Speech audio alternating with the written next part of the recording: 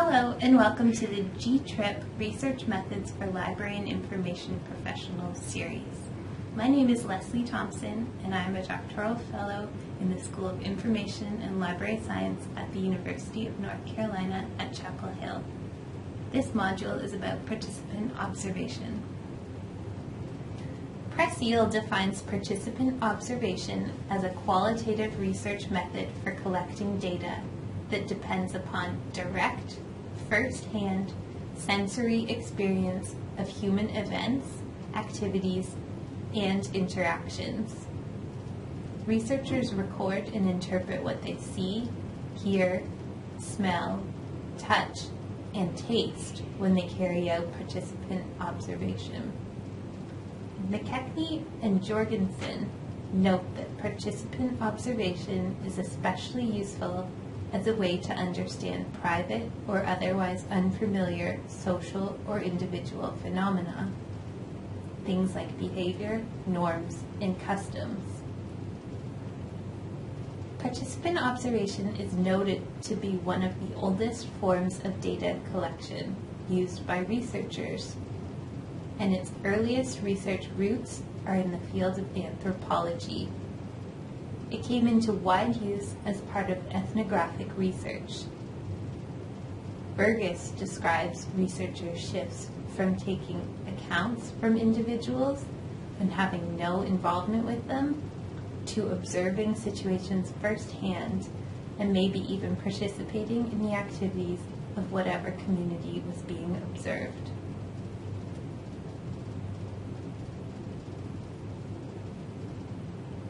Participant observation is a primary qualitative method. The following are its main characteristics. Participant observation takes place in a natural setting, often called a field site. That is, it takes place in situ. Participant observation involves a researcher's intense immersion in the setting. Participant observation often takes a long time. Participant observation demands constant note-taking, and participant observation produces an immense amount of research data. Participant observation is valuable to qualitative researchers because it offers them the opportunity to directly view their phenomena of interest. It can stand alone, but also works well in a mixed methods research design, particularly one that also makes use of follow-up interviews or focus groups, as these may help to confirm or clarify findings. Participant observation brings many strengths to research studies. It allows a researcher to both observe and engage in the activities happening in the field site, and so can lead to a better understanding of what is being studied. It allows a researcher to see natural occurrences in their natural environments, as opposed to a laboratory setting. Participant observation means that data is collected in real time and does not depend upon participants to recall relevant material later. Participant observation generates highly detailed data. Participant observation is extremely flexible and so suitable to many different settings.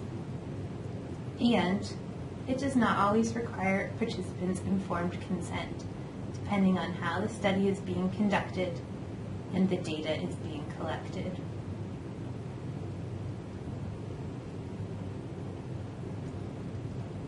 However, participant observation also has disadvantages. It depends upon the researcher as the only means for collecting relevant and objective data. It may be disruptive to participants' natural behaviors. This is known as the Hawthorne effect, when a person's behavior changes while they are being watched. It demands a researcher's constant attention, which can be challenging. It depends a great deal on participants trusting the researcher and allowing him or her access to the field site. It requires a large investment of time, and alone, it will not give a full picture of what is going on. For example, a researcher cannot learn about participants' beliefs or attitudes only through observation. Before actually carrying out participant observation study, a researcher must decide whether or not there are specific questions he or she hopes to answer. When this is the case, participant observation is carried out in a structured way, and a researcher might decide to make an outline or guide in advance as a reminder of what to look for. When research is exploratory and theories are less defined, participant observation is unstructured. Participant observation can also be done in an active manner, when researchers participate in events in the field themselves. Or it can be done in a passive manner, when researchers do not interact in the setting and might, for example, simply be recording counts or occurrences of certain events. Gould has also described 4 different roles that a participant observer must choose from before he or she enters a field site. However, a researcher is also free to switch back and forth between these roles during the course of observation. Gould explains that a researcher may be a complete participant, perhaps not even letting on to others in the field that research is taking place. At the other end of the spectrum, a researcher might be a complete observer and have no interaction with participants, and still keep his or her research aims unpronounced. Researchers can also occupy a middle ground, acting as participant as observers or observer as participants, emphasizing one or the other of these tasks at a given time.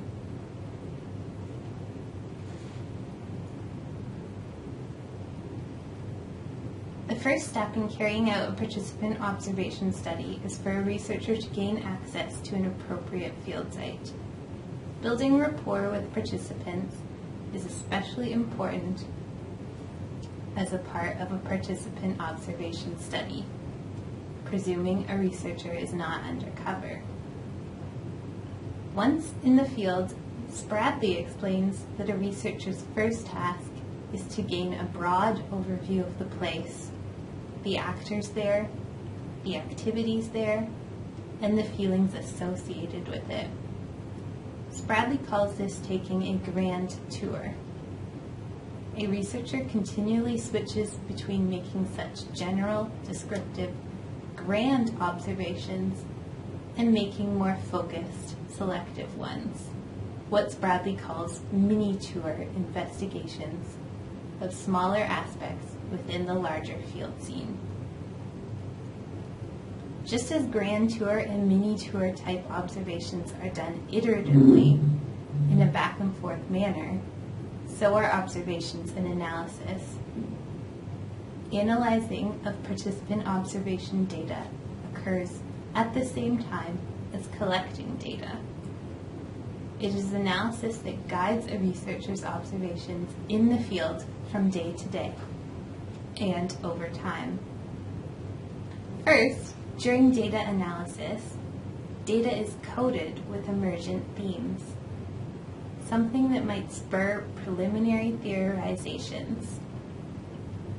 As more data is collected, themes and categories expand, and patterns begin to emerge. At the end of a participant observation study, a researcher exits the field. A researcher should be prepared for an emotional exit experience, having spent so much time and concentrated so intensely on the setting.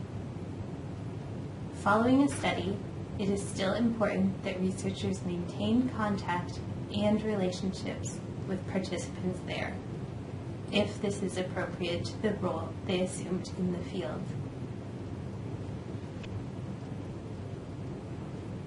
As previously mentioned, researchers keep a large amount of notes during participant observation study. There are 3 different types of notes that are kept. Substantive field notes are descriptive accounts of the field and are the researcher's record of the field and events, conversations, and happenings there. Methodological field notes are a researcher's accounts of his or her own data collection actions, tactics, and plans.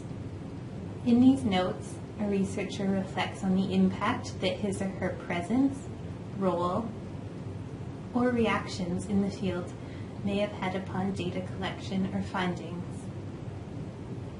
Analytic field notes are an ongoing record of concept development and represent a researcher's attempts to make sense of his or her descriptive data. A researcher should also be prepared to amass not just notes, but perhaps also calendars or schedules, audio or video recordings, photographs, other documents, or artifacts from the field. Together, all the data to be analyzed, textual and otherwise, makes up an ethnographic record.